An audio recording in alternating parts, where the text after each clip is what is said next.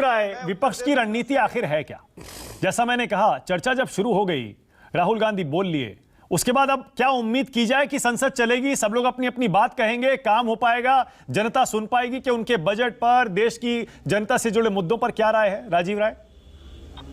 मानक जी, जब हमारे भारतीय जनता पार्टी के प्रवक्ता बता रही थी कि कैसे सदन को व्यवधान किया जा रहा है या विरोध किया जा रहा है, तो मुझे बड़ा हंसी आ रहा था, क्योंकि अगर आप डेटा को देखेंगे, अगर इतिहास को देखेंगे, तो सड़क से लेकर सदन तक सबसे ज्यादा गलत मुद्दों पर चाहे जनता के कामों को रोकना, चाहे सदन को रोकने का रिकॉर्ड निसंदेह रूप से भारतीय जनता पार्टी के जाएगा। आपको याद होगा, अगर याद नहीं होगा अपराजिता जी, आप बोल रहे बिना तथ्यों के, तो आपको याद होगा कि उसी सदन में सुषमा स्वराज जी ने क्या कहा था डॉलर के बराबर, डॉलर की कीमत के बारे में क्या कहा था। और हमारी एक मंत्री है, केंद्रीय मंत्री, सिलेंडर लेकर सड़कों पर बैठ गई थी। अब तो ना गैस महंगा हो रहा है और ना ही डॉलर की कीमत बढ़ रहा है।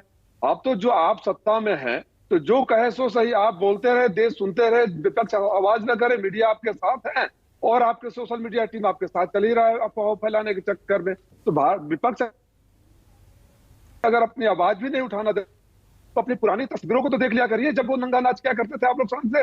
मुझे नंगा नाच कह रहा हूं तो हरियाणा के गृह मंत्री जी का फोटो मेरे पास है, जो शरीर से कपड़े निकालकर डीजल और पेट्रोल की बढ़ती हुई कीमतों पर आंदोलन कर रहे थे। तो विपक्ष की आवाज तो सुननी पड़ेगी। और प्रधानमंत्री जी ने आज जब अपने सांसदों से कहा कि क्षेत्र में जाओ, जनता को बताओ, प्रधानमंत्री जी बहुत देर हो चुकी है, अब आखिरी साल आप जनता में भेजेंगे और बेचारे सांसद कैसे जाए। मानक जी, मैं आपको एक छोटा सा उदाहरण दे रहा हूं। मेरे जिले से एक कैबिनेट मंत्री जी हैं, प्रधानमंत्री के साथ काम किए हैं, उनकी विद्वता पर कोई सवाल नहीं। हमारे यहाँ कार बचा उनके विभाग का, लोगों ने आंदोलन किया, मंत्री जी आए, बोले कि जेई को हमने सस्पेंड कर दिया। अगले दिन मुख्यमंत्री जी उस विभाग के एमडी को भेजते हैं उसी जिले में, कहते हैं कि नहीं नहीं कोई जेई सस्पेंड नहीं है। कहने का मतलब, जहां सांसदों, विधायकों, मंत्रियों की कुछ चलती नहीं हो, कुछ सुनने नहीं आ रहा, बेचारे मुंह छुपाकर घूम रहे हैं, क्योंकि जनता के बीच में जाएंगे, जनता पकड़ के बोले कि हमारी ये समस्या है, तो कुछ कर नहीं पाएंगे। और ये जो प्रधानमंत्री जी का वक्तव्य है ना मानक जी, ये प्रीएम्प्ट करने का है, क्योंकि अभी आपने देखा हरियाणा, हिमाचल प्रदेश, दिल्ली और गुजरात में चुनाव हुआ। गुजरात में दो पार्टियों के आपसी लड़ाई, और क्योंकि आधी सरकार तो वहीं से आती है, उसके वजह से जीत गए। आप दिल्ली में हारे, हिमाचल प्रदेश में हारे, 7 जगह उपचुनाव हुए, उसमें 5 जगह हारे। वो एक ट्रेलर था जो आप प्रधानमंत्री जी ये बोल रहे हैं कि में चले जाओ। तो मैं आपको बता, कार आने वाली नहीं है, तो ठिकरा फोड़ने का पहले से ही, कि चूंकि हमारी बातों को सांसद गांव में जाकर बता नहीं पाए, सांसद अपने क्षेत्र में नहीं जाते थे, इसलिए हम हार गए।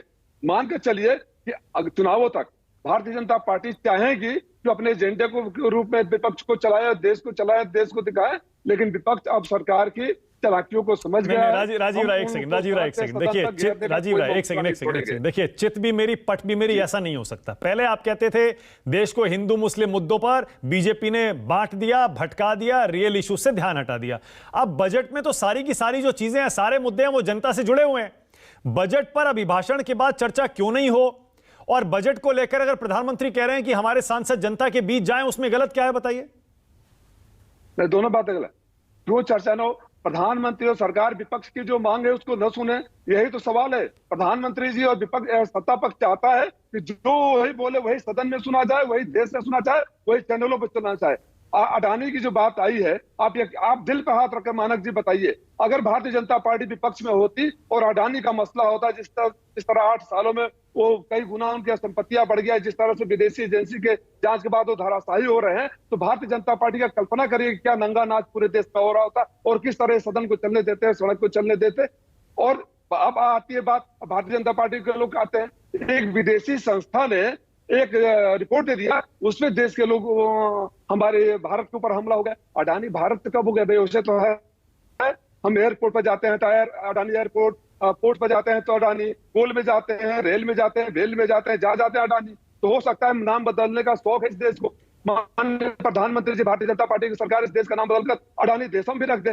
ओके, एक वाजपेयी, उसके बाद आ रहा हूं शक्ति यादव आपके पास। 10 सेकंड मानक जी, 10 सेकंड।